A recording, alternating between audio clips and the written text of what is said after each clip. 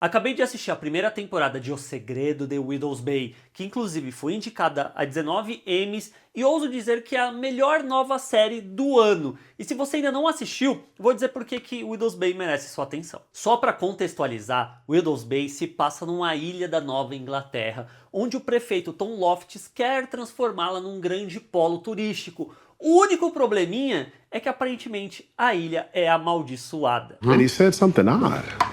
What was that? He said bad things happen here.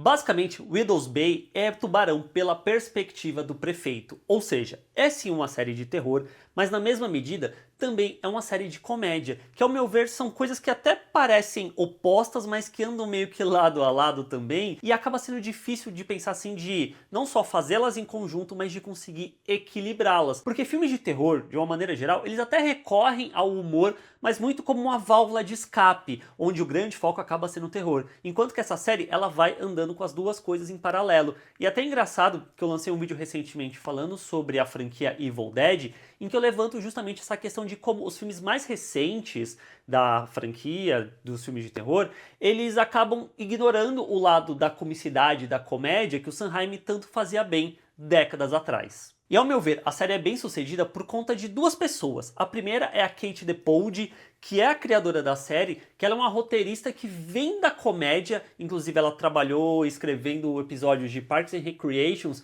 e ela revelou ao Deadline, eu achei bem curioso isso, que meio que o Widows Bay se originou como um roteiro especulativo de um episódio de Parks and Recreation. Só que a própria Kate fala que ela achou que era algo muito jocoso, que era muito engraçado, e ela, quanto fã de terror, queria se sentir imersa na ilha. E aí esse episódio nunca surgiu dentro de Parks and Recreation, mas foi meio que a semente embrionária para o que viria se tornar essa série eventualmente. E o segundo nome é do Hiro Murai, que dirige metade dos episódios dessa temporada, são 10 ao todo, incluindo os 3 primeiros, que eu sinto que serve muito para ditar o tom do que é a série. Em entrevista para o Polygon, se eu não estou enganado, ele comentou sobre essa questão do humor, justamente nesse lugar de que o importante era não forçar a piada, que era para surgir naturalmente. Que o Hiro Murai, para quem conhece, ele é o diretor de vários episódios de Atlanta, ele dirigiu também o Station Eleven, que é uma série que eu amo, que não está mais na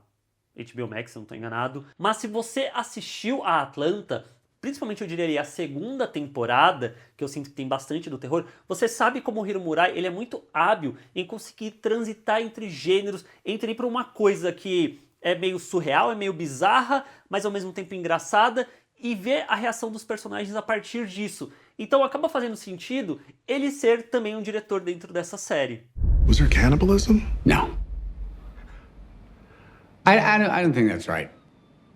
Fora que a mitologia de Widows Bay ela é bem instigante, e eu diria principalmente para quem é fã do terror como um todo, porque a série ela vai brincar com clichês, com tropos que vai, por exemplo, da Final Girl até um pacto demoníaco, de sacrifícios até palhaços. E eu diria que o mais legal é ver como a série ela se inspira em clássicos como Tubarão, A Bruxa, Carrie a Estranha, O Nevoeiro, mas não necessariamente é aquele tipo de inspiração que vai ser a referência pela referência, de que eles vão botar ali e vai ficar meio Capitão América das ideias. Ah, entendi a referência, meio Era Uma Vez em Hollywood. Ah, peguei. Não é esse tipo de referência pela referência.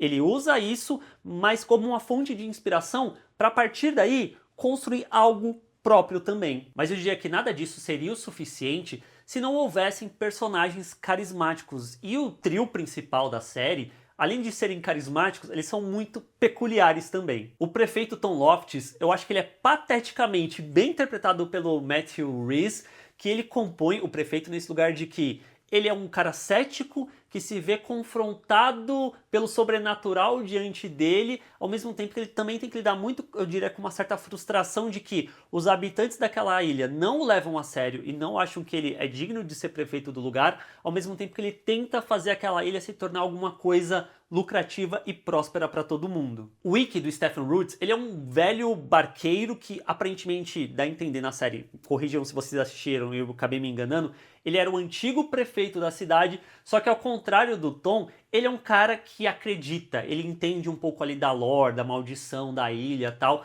Isso cria um atrito entre os dois que é bem legal de acompanhar também, mas eu diria que o grande destaque acaba sendo a Patricia, que é interpretada pela Kate O'Flynn, que ela é uma personagem que ela trabalha ali na prefeitura também, e ela vai crescendo conforme a série vai passando, que eu acho algo muito bacana, porque a Patricia, ela é talvez a mais estranha dos três, e eu acho que muito da atuação corporal da atriz ajuda nesse sentido de trazer essa comicidade pra ela, porque ela atua quase no nível deadpan, que é aquele tipo de comédia meio corporal, do personagem não ter nenhuma expressão, nenhuma reação, e aí quando tem ou algo muito exagerado, ou não é tão exagerado quanto você imaginava que poderia ser exagerado, e é a melhor personagem da série, e não à toa, eu estava gostando, enquanto eu estava vendo Widow's Bay, mas é a partir do episódio que se foca principalmente na Patricia, que virou uma chavinha pra mim e a série ficou excelente a partir daí. E a dinâmica dos três, junto com outros personagens que trabalham ali na prefeitura, como o Dale, a Rosemary, a Beth, acaba sendo muito legal e me remeteu a The Office, que é o tipo de humor que eu acho que o Widow's Bay acaba trabalhando às vezes também, que é o humor de reação diante de alguns personagens a certos absurdos ou certos comportamentos de outros personagens. Eu acho que isso também acaba sendo muito legal dentro da série. I think you did tell me that story. Okay. Well, you asked me if I'd heard it before. I still sleep with the dresser in front of my door. But he murdered teenage girls. You're in your 40s, you'd be fine. What? Why is that more upsetting? E um último motivo que eu acho que é bem benéfico pra série é que ela não exatamente segura os seus mistérios. Ele tem alguns ao longo dessa temporada que serve para ir construindo para chegar em revelações que abre mais margem para trazer outras coisas, mas isso é benéfico para uma série que já foi renovada para uma segunda temporada, que ele responde algumas coisas, traz outros conflitos, outros dramas que vão ser encaminhados a partir daí, e eu acho que a estrutura dela é muito boa para ajudar a continuar nesse bom tom em próxima temporada, porque ela tem uma estrutura de monstro da semana, de clichê do terror da semana, que eu acho que ajuda a série a evitar se tornar esse tipo de série que é um longo filme dividido em várias partes, porque ele tem até uma estrutura meio procedural moderna, por assim colocar, tô inventando coisa aqui, meio The Pitch das ideias, que cada episódio ele é uma unidade de si mesmo, só que ao mesmo tempo ele faz sentido dentro de uma coesão maior. Mas eu diria até que o Widow's Bay, em certo nível, é muito mais procedural, porque tem alguns episódios nessa primeira temporada que dá super pra você assistir ele solto, porque ele funciona quase como um pequeno filmezinho de terror.